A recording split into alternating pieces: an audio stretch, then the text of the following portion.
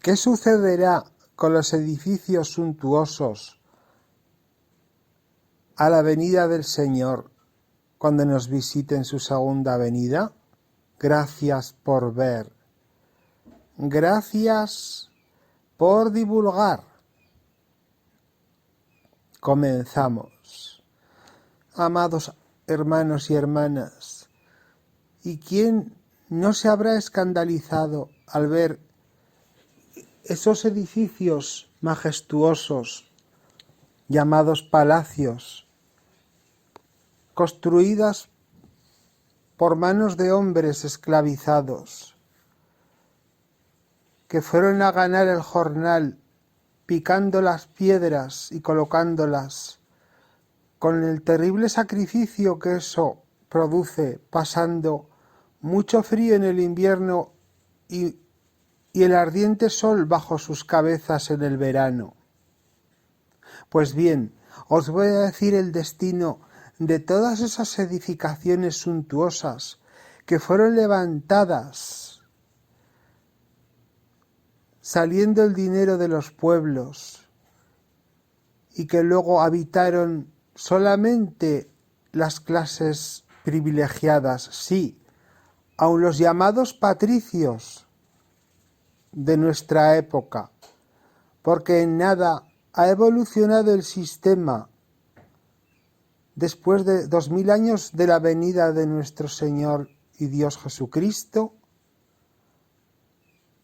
Nada ha cambiado con respecto a las clases sociales como se establecieron en la antigua Roma, a saber, los patricios y los plebeyos, siendo los segundos las clases explotadas y los patricios quienes con sus retóricas y con sus sabidurías mundanas los manipularon a tal forma que reclutaron de ellos ejércitos, convenciéndolos de que eran necesarios para que preservar sus fronteras, sus tierras, de posibles atacantes, esclavizándolos en muchos sentidos, tanto en lo militar como para que fueran los constructores de sus edificios, etcétera, etcétera. Bien, cuando venga el Señor en su segunda venida a visitarnos y vea cómo han sido utilizados y por qué fueron edificados esos palacios, sí, aun esas catedrales inmensas que son de difícil y costosísimo mantenimiento y que las levantaron no porque a Dios le agradase o lo hubiese mandado en sus mandamientos.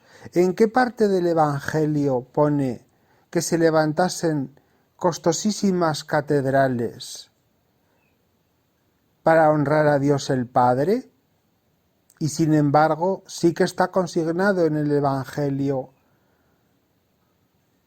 lo que dejasteis de hacer a uno de estos pequeñuelos, a mí me lo dejasteis de hacer. ¿Veis, hermanos y hermanas, cómo falla miserablemente el entendimiento humano, que solo entiende lo que quiere entender? Levantaron palacios para los poderosos, como en la época de Herodes. Sí, la misma época que el Señor nos visitó en la carne, en su primera venida. Y han seguido perpetuando en sus ideas mundanas y creyendo que agradaban al Padre, elevando palacios para que habitasen los poderosos, los supuestos ungidos de Dios, y catedrales inmensas de costosísimo mantenimiento, para honrar a Dios, cuando Dios solo desea y quiere que lo lleguemos a conocer en su verdadero ser y en el mandamiento que nos ordenó a través de su divino Hijo Jesucristo, a saber, tratarás al prójimo como a ti mismo.